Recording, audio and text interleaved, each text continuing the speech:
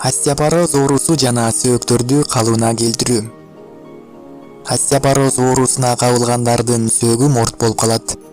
Андан улам адам бир аз жыгылганда эле сөөктөрдүн сынышына кабылат. Аталган ооруну айыктыруу үчүн комплекстүү дарылоо керектелет.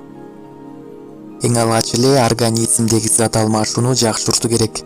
Эгерде сиздин калкан безиңизде маселе болуп же артрит оорулары болсо, алгач аларды дарылоо керектелет.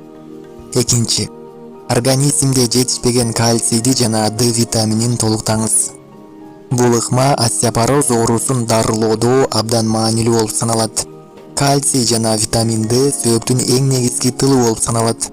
Анткени биздин сөөгүбүз дал ошол элементтерден куралат.